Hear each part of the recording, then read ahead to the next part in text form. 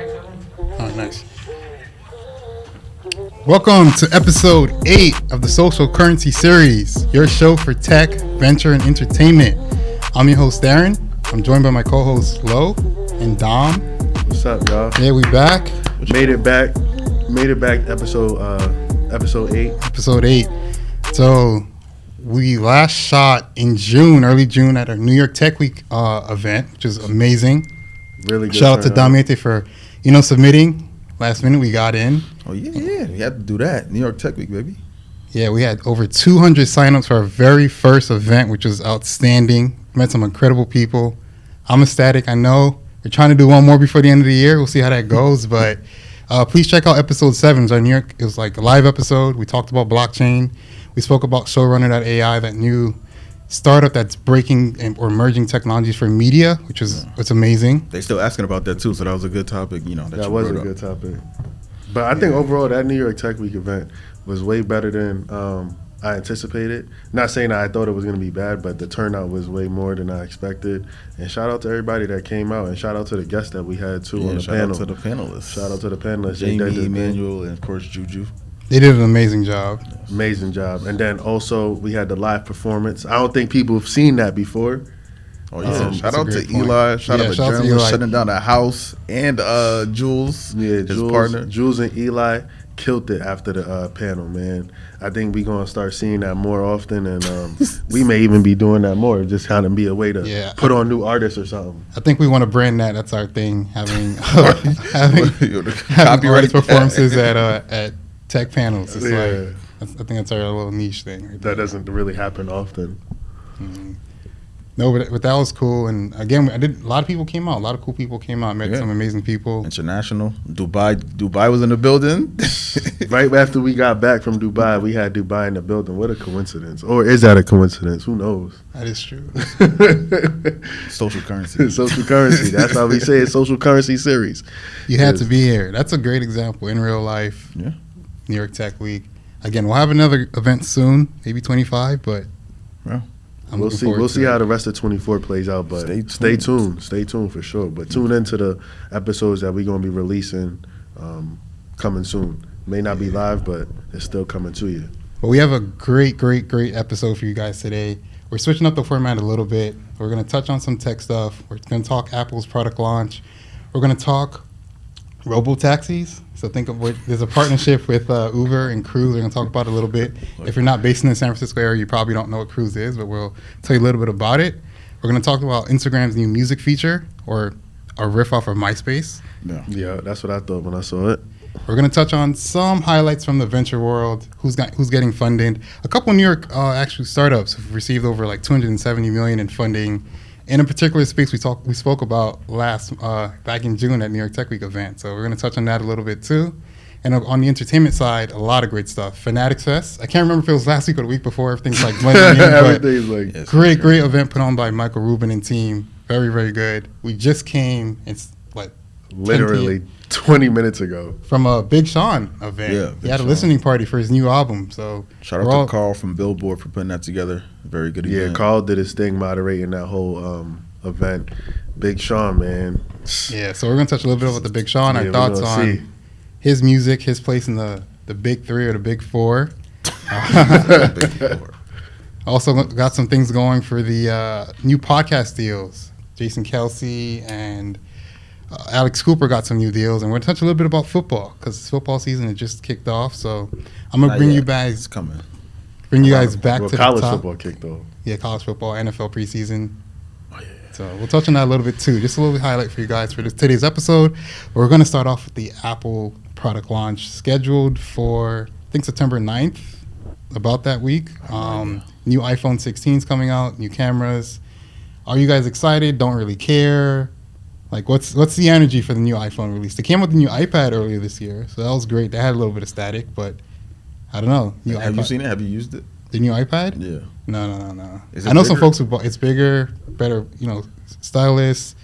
Of course, some rips off of the Samsung pad. Like, I don't know. I'm more of laptop, MacBook Pro kind of person. I'm not really. It wasn't for me. I'm not gonna get an iPad. But new iPhone 16, I might upgrade my phone. I have an iPhone 13 right now. But when you get funded, will you be giving out these neon iPads to your employees? That's a good question. Because just because you're not doesn't mean your employees might not be. Right. I will to the design team. I was on the engineering team who needs to sketch out things. But yeah, I guess if they got a new iPhone coming out, I think the biggest thing that they said that's coming with it, if I'm not mistaken, is they got AI integrated with it now. Oh, probably an update to Siri, most likely. An update. So it's going to be cool to see how Apple enters the AI game.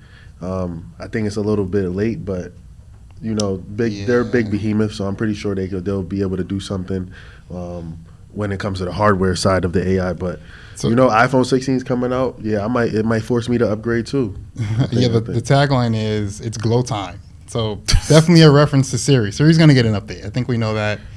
Bigger screens or bigger cameras in terms of the larger screens, for the iPhone 16, which is pretty cool. Large and then screen. Noise canceling for the mid-tier AirPods. I don't know if that's really super exciting. Yeah. That's just buzzwords. Noise canceling. I always wonder what does noise canceling actually mean? I have noise canceling right now on the AirPods. I think I have the AirPod 2s, but what is noise canceling supposed to do? it's it blocks out the noise in the room. So if you're in New York and you're in the train, it blocks it out. You also have transparent mode. If you turn on transparent mode, you can hear. Like if you're going to Starbucks and you're ordering coffee, you don't have to take out your earbuds. You Yeah, just I go did. transparency Yeah, I mode, did. Yeah, and you can hear I everything. did notice that. But these are features that were in the Beats when they bought whenever they bought out Beats. Those features were in those. In that So they product just put it into the earbuds, the smaller versions.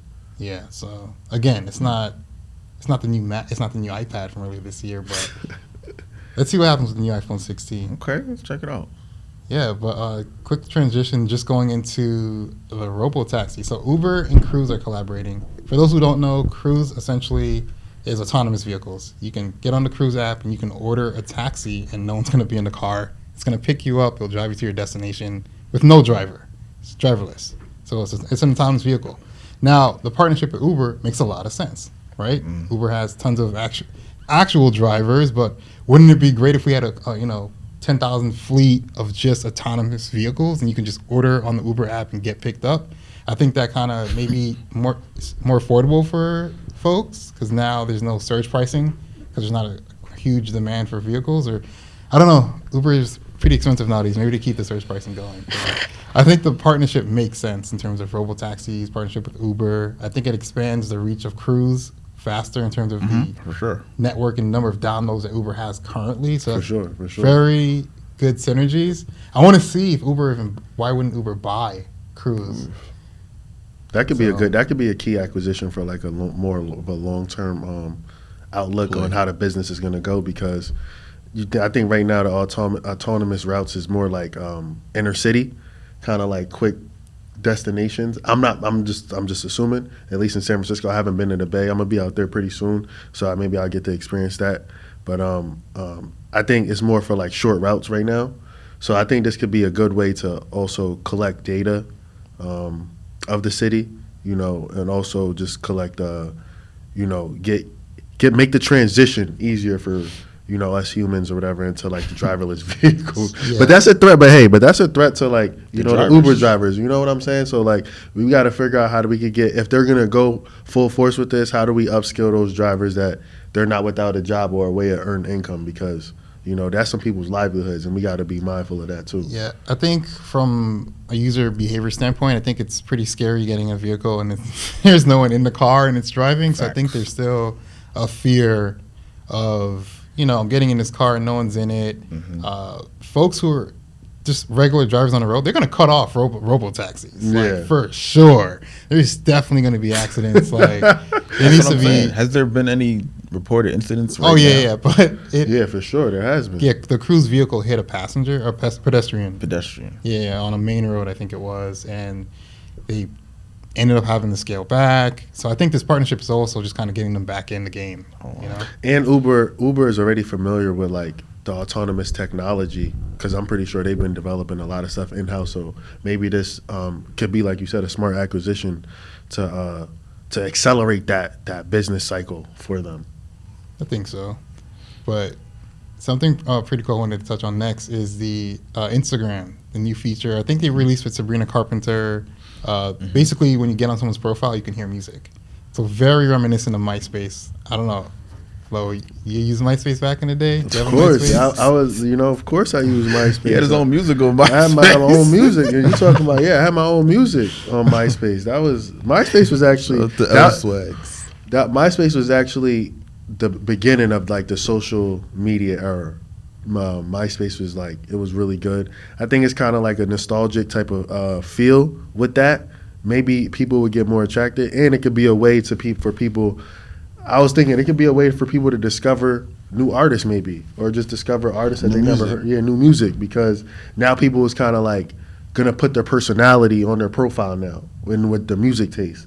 And now maybe you can start. You know how we used to just like kind of look at people's pages and be like, oh, I can tell what this person is. Now people can tell who you are, kind of basically go off the music that you got on your page. So but I think. Sorry, is it just for artists, or can anybody upload? Anybody, not all anybody. users, they can update their profile now and add music.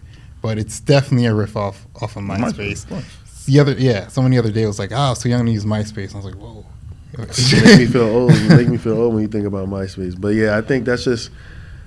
I guess in this new wave of people not really knowing, it could seem like innovation, but if you was around in the beginning of the social media era, and I think, did Mark buy MySpace out too? Zuckerberg? No. Yeah, I think Zuckerberg. Did he buy MySpace out? No, they just pivoted and just started doing other stuff. Yeah. Yeah. Really? Yeah. Somebody bought him. No, somebody bought Time Out. MySpace? Somebody bought Time Out. Yeah, I did hear somebody buying because he got a whole bunch of money. We can look into that. I think Facebook might have bought him out. To be honest, I think Facebook might have bought him out.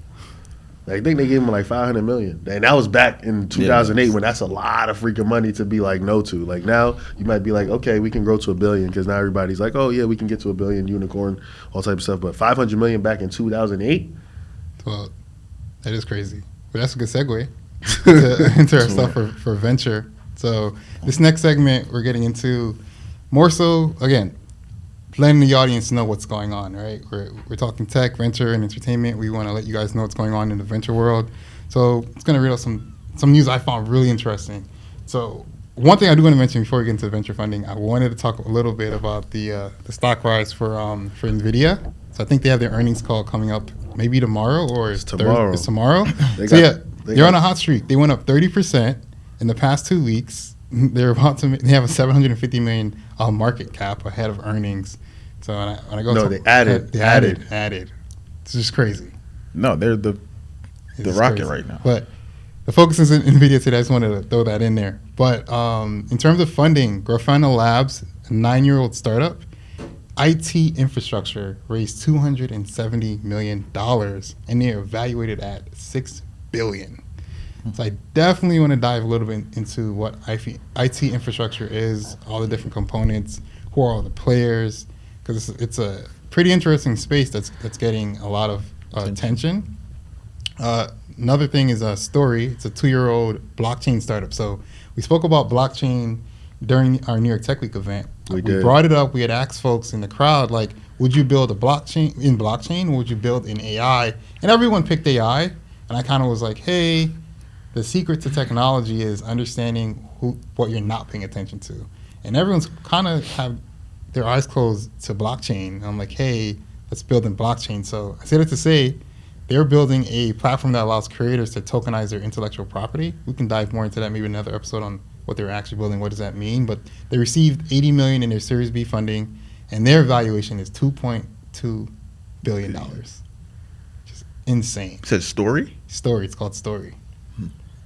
That's fire. It is. And now I don't want to discourage everyone hearing these like super big numbers for funding. It's like, I'm not going to get $100 million funding from my app. So there's also some smaller funding rounds. There's a company called All City Network, which we should probably contact because they do digital content and podcast distribution for local sports networks, and they received $12 million in funding. So nothing crazy, but I'm pretty sure it's going to help them scale their business. And last honorable mention is Efficient Capital Labs. They received $11 million in Series A, and they're basically a finance company for like subscription revenue, which is pretty cool. But definitely want to have this segment. I think it's important. As we get more time, we can dive into I think it's going to help everyone understand where you can build. Yeah. What are smart choices if I'm a founder and I'm going to get out there? What are some areas I should dive into? So hearing some company blockchain raised X amount, or this IT infrastructure company did this, it kind of also opens you up. Maybe you weren't aware that it existed as a market for you to dive into. So That's a fact. Only thing I'll probably say on that is I think now we know the well is not dry. So there's still money being dispersed. Yeah, still being money being dispersed. So the well is not dry. And then I think, too, we got interest rates getting We cut. know that the well is not dry. We know Yeah, that. yeah, we know that the well. Yeah, that's true. It's relationships. We know. Venture and VC. And VC is definitely relationship based, and as we continue to grow this show, we continue to grow our audience. Those relationships will come and those relationships will be formed. But like I said, it's perfect what you just said. Is just we get to see what areas should we start to kind of focus in and build on, because what are we missing out on? Yeah, AI is hot right now, but what's the next emerging? AI is still gonna be here. Obviously, I'm not taking that away at all. But what's the something that we're missing? yeah, I think that's super important, and it keeps you in the know of what's going on. You're not surprised when everything because when AI stuff was happening, ChatGPT had to get funded, right? At some point. Mm-hmm. So if we were kind of paying attention to kind of, Anthropic, all the other players in the game, you'd say, oh, wow, this is a trend of all these companies getting funded. Maybe I should go into the AI space. Exactly. Kind of early signal, I would say. But the well definitely not dry. The well is definitely not dry. Yeah, we're moving at a pretty good pace today. I know we're kind of moving fast, but here's all the, I guess, exciting things that are happening in our ecosystem. So we kind of touched on technology stuff, venture. Now in the entertainment piece, let's touch on Fanatics Fest first. Hold on. Yeah. Before we even get into that, just give people just a little brief, brief background on how they intersect. Because I think sometimes it goes over people's head. They be like, why are they talking about business? Why are they talking about venture? Like, why are they talking about new tech releases? And then they going into entertainment. So just before we dive right into the exciting stuff, Briefly, just tell them how it all intersects and like how the ecosystem all works. I'll give two examples. The second example I'll give is the episode we spoke about the record label that was based with in Gamma. Yeah, with Gamma. So we'll save that for me in case I forget. The first example I'll give is Fanatics. Mm-hmm. Fanatics is an e-commerce platform. They're essentially at this point a technology platform. They just threw one of the biggest culturally sound events over the weekend. They have tech. The entertainment piece is all the athletes that came about. Like the ecosystem is there, and influencers. No one talks about it. In terms of the venture piece, when things get kicked off and they're starting, we just went over who got funded. That's where they get the money from VCs. They don't just I just want to start this company and now I'm going to start it, right? Yeah. 9 times out of 10, someone believed in their mission, what they're going to do, their goal, and they gave them money to start it. Then you go out, you build the tech, and in the tech, somehow, every time gets into the entertainment piece, whether it's NBA team owners who own teams, and they own VC companies, or they own a company they own a technology company. There's always this intersection. That's the intersection. That's the ecosystem. It just goes in a continuous circle. Andre Iguodala of the Golden State Warriors just retired. He has like a $200 million fund, athlete fund, and maybe he goes and builds media companies. Maybe he goes build a tech company. That ecosystem is more than alive. Your man Carmelo Anthony. Yeah, Carmelo Anthony. Yeah. 7 Mellow Ventures. KD. Yeah, Boardroom. Boardroom. He has a media company. KD is an entertainer in a sense, being an athlete. He has a VC firm, and he has Boardroom, which is basically a media company. They're doing stories and they're doing docuseries, all these different things. Gamma, the example of Gamma, is a record label that essentially started, not Gamma, it's a different company. Rema? LBR. LBR. No, not LBR. And there's the one with Don Jazzy, right? Yes, yeah, Don Jazzy. yes. What's the label's name? It's something V. Damn, what's it? Well, it'll come to us, but essentially that label received like $100 million to stay afloat from VCs. Yeah. To bring out an artist like Rema to the world. Yeah. Right? Like the ecosystem, that's a true ecosystem, right? That's venture funding, that's entertainment, and then the tech piece will come if any other tech person realizes that they can utilize Rema to push out their product. you know, but the ecosystem is alive and well. Maven Records. Maven Records. Yeah, Maven, yes, yeah. Maven Records. But yeah, that's why we talk about this stuff, because the ecosystem is there, it exists, and no one else is talking about it, and we like this stuff. Yeah. So I think that's a perfect segue into Fanatics. you know what I liked and enjoyed this past, what was it, this last weekend or a weekend ago? So 2 weekends ago. I think it was 2 weekends ago. You know, first of all, shout out to Fanatics, shout out to Michael Rubin and the team over there. One thing I want to say, what I realized of going to Fanatic Fest, Michael Rubin is good with space. yes. He's good with space now, and it makes sense because he throws the white parties, the infamous white parties. You know, we lost our invitation no, actually we didn't even lose the invitation. We got the invitation, but we had something else to go to. So maybe next year we'll be at the white party in the Hamptons. In the Hamptons, we'll be at the white party in the Hamptons. We got the invitation, but we just wasn't able to make it. They misspelled the name. Though. Yeah, they misspelled the name. So I was like, you know what? I'm not famous enough, or I'm not known enough to get my name right on the invitation.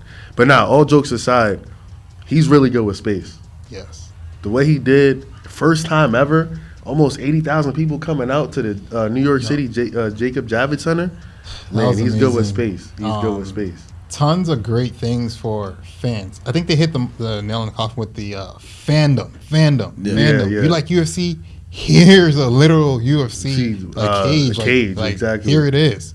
You like you like basketball? You like to play the sport of basketball? Here's like 2 different hoops. Yeah. Like literally, they had the Matrix hoop and they had another one in the back with I think the Brooklyn Nets.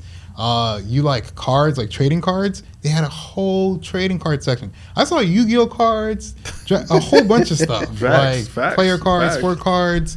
I saw a card I had when I was a kid going for like $600. Really? Yeah. You didn't bring it? You didn't try to come up? I don't have it anymore. that's why you gotta collect these type of items. Yeah. So collectibles are huge there as well. And you could have sold and made. I think they said Tom Brady bought a card off one of the fans that was there. Like, so look, now you're not only just trying to go there and get a picture. You could go there and profit and make money. So that's like, come on, who's really doing that? I know, like that's they had the great. WWE there as well. Yeah. So they had a couple of the wrestlers. They had the. I think people could come out with the belt and feel like you're coming out of the arena. Mm-hmm. So that was a pretty cool effect. A lot of people were really into that.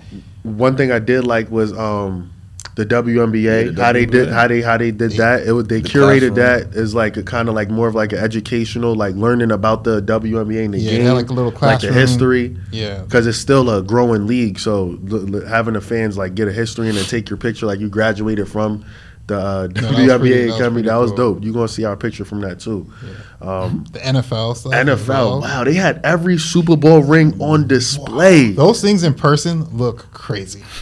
Like the Chiefs, my New York friends, but like the Chiefs ring. Yeah, the Chiefs past 2 rings. Yeah, I might be a bandwagon Chiefs fan. He said I might be a bandwagon. I was checking out the hoodies the other day. Oh my Super God! Bowl ring. Kansas City done got him. Oh my God! I think Pat Mahomes got me. Kansas City done got that later. Yeah, Kansas City. But yeah, now the rings was fire. Even the trophies, the NFC trophy, the AFC trophy was fire. The 40-yard dash setup we caught little baby versus Drewski on the 40-yard dash. Just like what we would call activations. Yeah. They had a golf section. I'm gonna go to that more next time around. They had a golf section. It was just too. Soccer, yeah. They had. You can.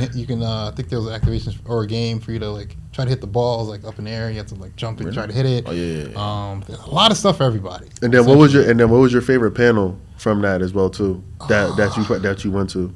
Shout out to First Take. First Take was really good live as well too. Stephen A. Mad Dog. Molly. Mad Dog is he's really the guy in person, man. Mad Dog's really the guy. So shout out to First Take too. They did their thing to kick off the whole weekend essentially for Fanatics Fest.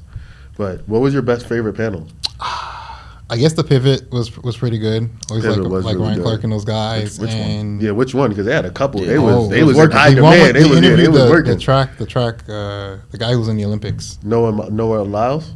No, he's on the team though. The kid I'm talking about. Oh, the younger guy? Yeah, Shout to like, Quincy Wilson. Yeah, Quincy Wilson. Yeah, he's like 16 or something. Yeah. 16, 17 years old, which is crazy. Yeah. Olympian at that age is crazy. Yeah, that is pretty. But, And he has a strong mindset for a kid that age too. He wasn't phased by it. He wasn't, he went out there trying to do his best. Yeah, and then we saw the panel with Jalen Rose. I think it was Jalen That was Rose, dope. Stephen A. That was dope. There was a couple. CC Sabathia was on that panel too. It was crazy. That was cool. Oh yeah. Okay. And again, fan interaction. I got to ask a question. Yeah, you did. You So did. it's like- You did exactly. That was Going 100 miles per hour. yeah, We know Steph Curry's a bit. just take your time. I think I also like the Mike Rubin panel with Michael Strahan, and then Travis Scott gave that little surprise performance. Yeah, that was great. And yes. one thing I wanted to say about that is I have like a newfound respect for Travis Scott because he's actually Same. very well spoken. Yeah. I know he gets like a lot of kind of like media hate because he gets his crowd like riled up and everything. But they did show their ass. they did show their ass up before we got in there. They did. When he comes through, his fans go crazy. Yeah. But he's really well spoken. Very like I don't want to say I was surprised, but just definitely a newfound respect. I think it's a better word for it because he's definitely well spoken. Yeah, it kind of sucks. Not sucks, but as a fan, our job is to critique when you're an artist, we critique your music, right? We consume it, we buy it. So you almost, not as you're right, but, you are buying the product, Yeah. right? Just like when you go to a restaurant, you get to review them, right? There's Yelp reviews. But the last project he came out with, I remember us saying, like, it wasn't his best thing, but on stage, he was saying, like, he tried really hard on it. So, and maybe he did, and it just, Yeah, it didn't like. it just didn't, like, resonate is the Yeah, word I'm yeah, looking yeah. for. And that's tough. Like, looking at it from that perspective where it's like, damn, my fans are saying they don't like my stuff. And it's like, he's on stage saying, like, I tried really hard on that. I was trying new things. Yeah, he's And, trying. I kind of took a step back and was like, that's tough because you're not going to force yourself to listen to it because he said it. He tried his Yeah. hardest on it. You're just going to be like, It either hits compare- or it doesn't. Yeah. Either hits or it doesn't. But that's interesting. Like, actually hearing him, speak about it. another one panel that was really good was Champions of Change too. Adam Silver, Taylor Yeah. Rooks, and Kareem Abdul-Jabbar, the legend. Yeah. Goat came The out. legend. Yeah. He came And out. Sabrina, And it's Sabrina Ionescu. Yes, shout out to New York Liberty. That was a good panel too. My favorite was Yeah, what was your favorite? Tell us what your favorite was. I liked the one with was that, I guess that was a pivot. Was that Lil Wayne too? Oh, you talking about the roommates podcast? Oh, the roommates with Jalen Brunson with and Jalen Brunson, Josh Hart? and Josh Hart, Lil Wayne, and Lil Tom Wayne, Brady. Tom Brady. Yeah. That was Tom a good Brady one was too. there. That was a Yeah. good one. Tom- Tom Brady was Tom- giving out gems. Yeah, he was Dropping dropping He was gems. giving. He He's was a very dropping likable gems. guy, which is crazy. Growing up as a Giants fan, I did not like him at all, at all. And like now he's retired. He's gonna be doing. He's about to be on NFL Fox. He's about Yeah. to kill that. Yeah, He he is. is. He's He very really is. insightful. Very, very insightful. We're gonna Very definitely insightful. see the game from a different lens. Yeah. With Tom Brady. 7 rings.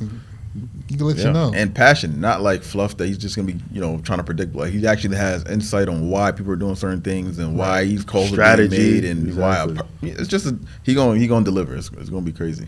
Robert Kraft was out there too. Gronk. shout out to Gronk Robert was. Oh yeah, Gronk- I didn't see him, but yeah. Yeah, Robert Kraft was out there. He was really representing the NFL owners. Roger Goodell was out there too.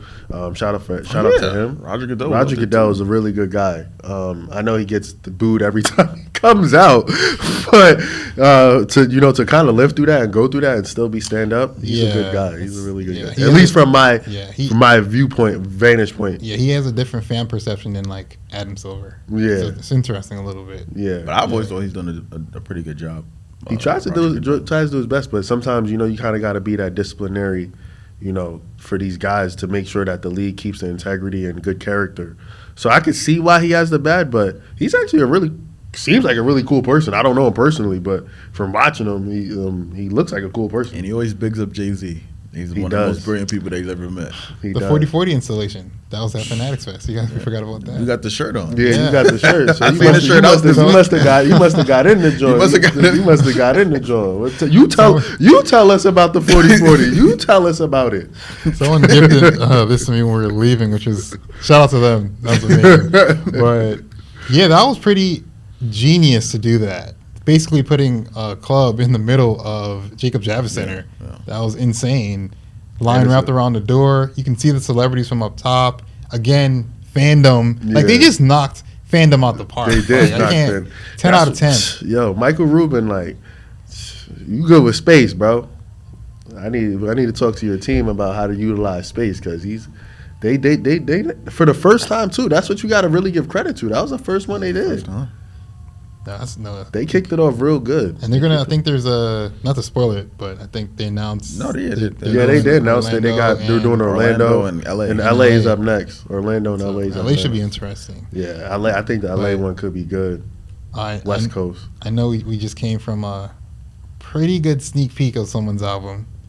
Yeah, Pretty Sean good Don. interview. Boy, Big Sean. Yo. I don't know if our audience are you guys big Sean fans, but we do like a couple hip hop artists, and he's one of them for sure. Yo. Great guy, very well spoken. Very well spoken. Super humble, and I was saying earlier, it's cool to be humble, but I feel like with his talent level, he doesn't have to be definitely at that caliber. But that's of lyricism and That's how making he was music and raised. being a good person.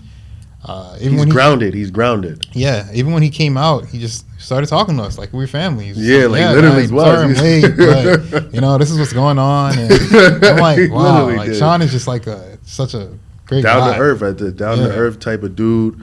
Man, they was talking about big three. Man, you might have to make room for the top four, big four, or somebody might have to. Drake got to drop off. Yeah, like yo, I'm not even saying but like you gotta Big Sean is trying to remember to tell people like, yo, don't forget about me. I was in that class. What he with said, 12 top 10 Billboard singles. Yeah, that's kind of crazy. Even the DJ that was there, like, and I don't know if this was intentional, but she wasn't playing like the real hits, the real hits stuff. Like she could have went through time in that hour and change she had. Like she just played a couple like the ones I played on the radio recently, but he has so many songs. He does. He has He so has a many catalog. verses. Like this is big. This guy is his peers, Kendricks, the J. Cole's, the Drakes.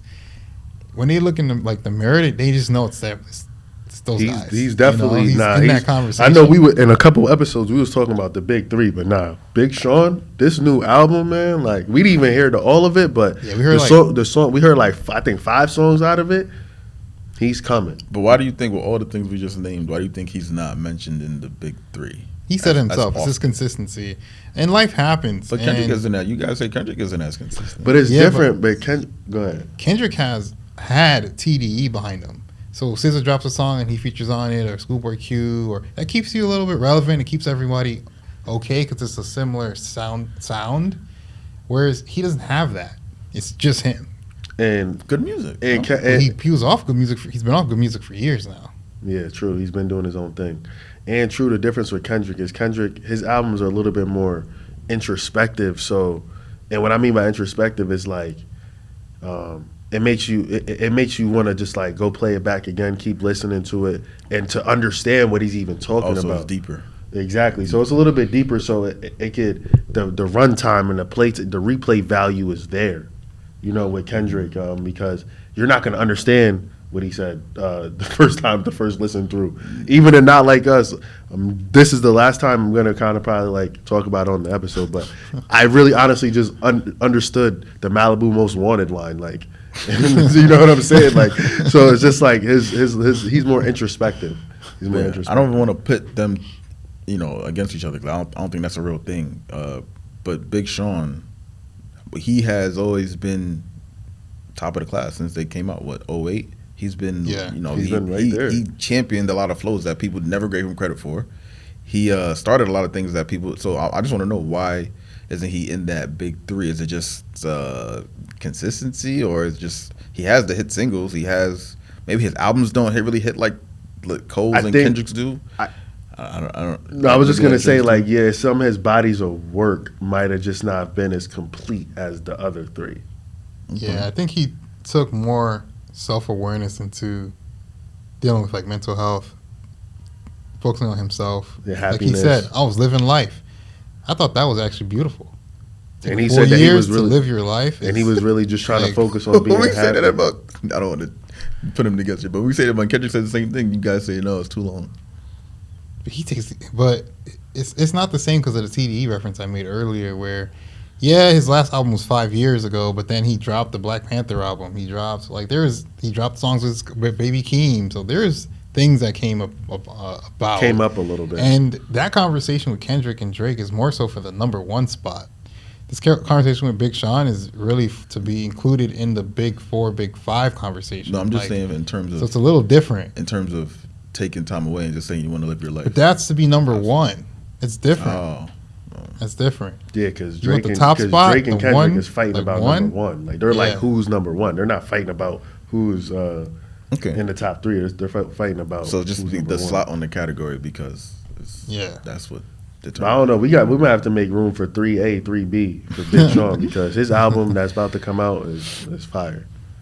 At least from what we heard so far. I'm not gonna say like everything is fire, but we heard so far, he's definitely in his bag. I'm also interested in. You brought up Gamma earlier, but you know, an artist like Sean, why not go after him? You know, like I'm not sure if he's still signed to Atlanta. I'm not sure his like. I have no what idea. label I think he's on what his the situation is, but he seems like one of the most marketable people. You could put that dude in like any commercial, like anything, and he can execute on it and be likable. So it seems like an artist you'd put like substantial backing behind. And he said he wants to get into But, acting too. Yeah, but that didn't seem to have happened yet, which is interesting to me. I think he's independent right now. Or maybe not independent, but like he has probably like a distribution. No, he's still on good. He's not. He's not on Good Music, is he? The Def Jam, he's on Def Jam, which is that not good music? It's No, it would be like a subsidiary or like Yeah. an exclusive licensing or something like that. But regardless, he got backing. He definitely needs to get pushed to the forefront a little bit more. Oh, so he has his own record label. Yeah, that's what I said. Like I thought, yeah, that's what I meant by independent. I meant like he has his. I think it's Dawn Life, right? Let me see. I think it's Dawn Life Records. I didn't know that. Yeah, he has his own thing. It's called. I think it's called Dawn Life Records. Yeah, but I definitely want to dive into maybe at a different time, like his rollout strategy. Yeah, It's very interesting because he got paused because of what happened. He was coming out with his music, and then Drake Kendrick Yeah, started He had happening. to push it He back. had to pause, and then he came out with Precision, and I think it was Yes, a couple songs. Precision was pretty good too. So I guess he's kicking back up. The album's coming out now.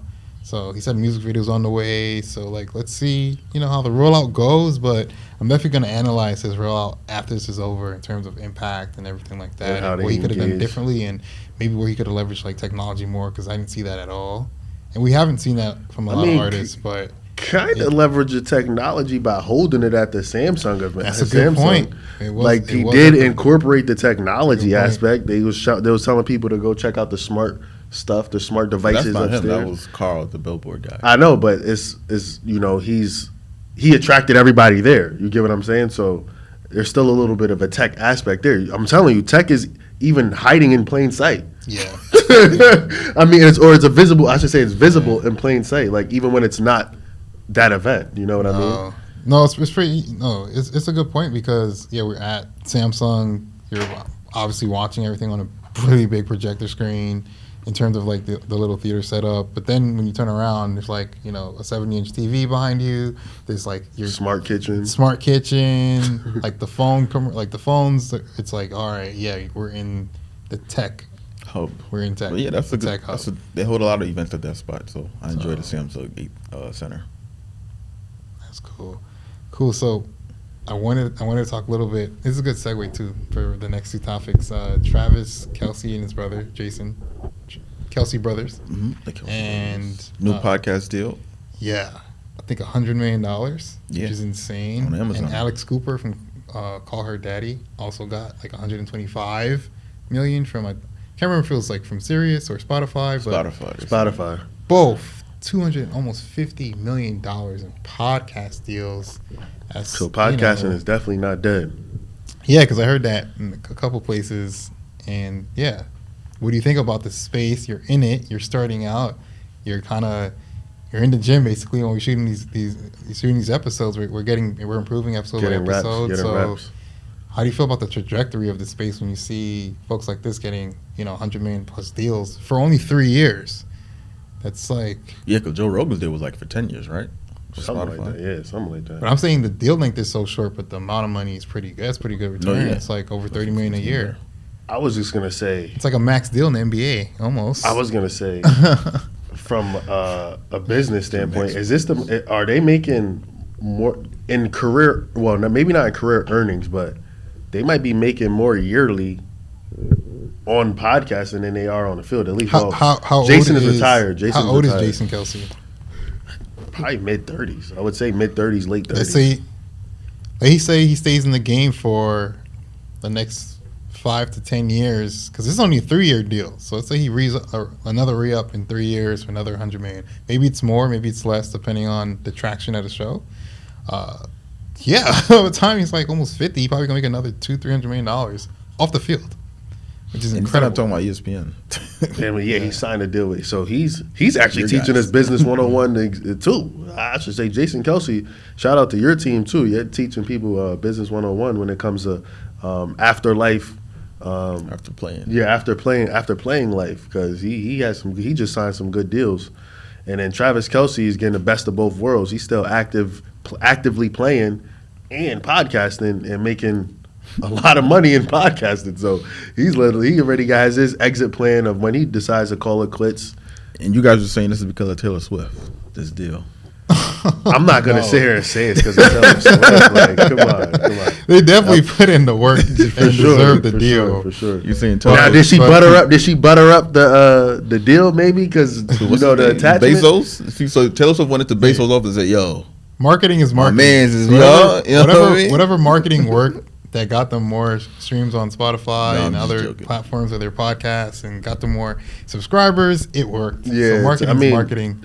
I said, what was I telling you? I think off camera, I was saying, that's how you date. That's what you date up for, or you date a right woman for, because when you date the right woman, she gonna put you in a position like that. And her fandom definitely elevated the NFL ratings and the podcast ratings. So, that's how you date up, or date smart, I should say. Smart, good word. It worked. Date smart. But we don't have a lot of time, but just touch on anything from the opening week of preseason for the NFL. As we look to close this episode out. Anything to say? There's so much to talk about. What can we talk about NFL? It's going to be a good season. I think it's going to be a real good season.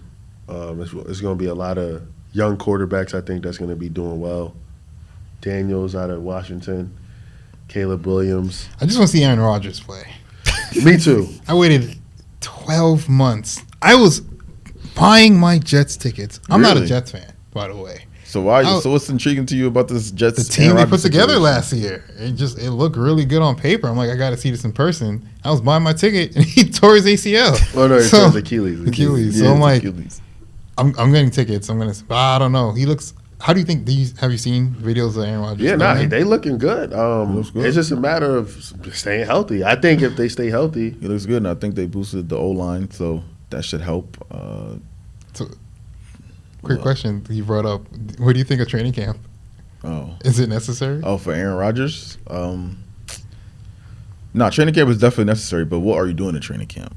What are the coaches doing? Is it the repetitive drills? Are you guys doing the same thing over and over every day? That's not. Switch it up. If you're a position coach, spice it up for your position players. Do different drills. Have maybe a different receiver go first, or a different D lineman go first. Don't have the same rotation. Spice it up. Don't make it so redundant. That's what I would say. But you definitely need training camp. Yeah. People do need to get better, hone their skills. Should it be shorter? What do you think? Or is it a good length right now? Nah, I think because they already get a break. Because some people look. In the case of Aaron Rodgers, he wasn't at the mini camp or whatever, and earlier in the year, the voluntary or involuntary OTA, he wasn't at OTA, so it's necessary because that's why teams like the Chiefs are so good, because Patrick Mahomes is always with his guys. You get what I mean? That's why it's necessary. There's that rapport that you need to build, the timing, because that's the thing about football.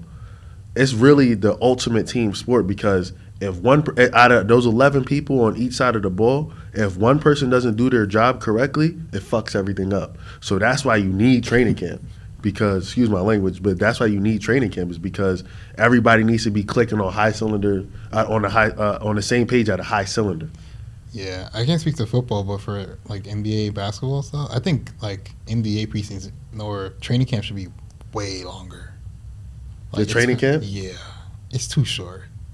Like What is training it, like camp a is week or basically two? preseason games, and no one knows what they're doing. They don't know the plays, unless you got a Tyrese Halliburton, a Steph, a Dame, like a point guard, like someone who Yeah. initiate offense. And they need like an extra month or two, like especially for younger players coming in the league. I think they're just so lost. We went to the game with Kyan Anthony and his team. Oh, the New New York York, yeah. New York versus New Of course, York. Kyan Anthony looks good when he plays, but his team, like the other guys, like they don't know how to play guard positions, like point guard. Like they just don't understand. And I know we're talking about training camp, but I think that kind of goes if that kid was the going into a development. season and he didn't know how to play. He played okay in college. Maybe he was playing more of a scoring guard role, but because of his height, he has to play more point guard. It'd be nice if he had an extra month or two to get acclimated to The like the position system, switch. how they play, things like that. It's just because they just don't understand how to play. It's crazy. Yeah. I mean, again, we don't know what they're doing in practice. We don't know what kind of drills they're doing. What kind That's of true. I don't know.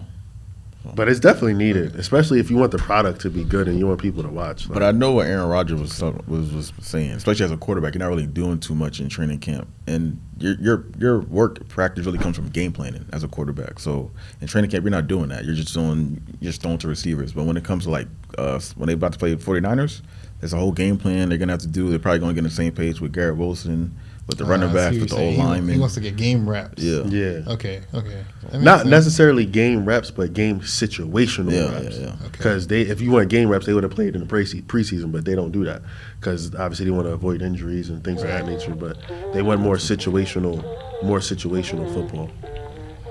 Okay. I think we could wrap here.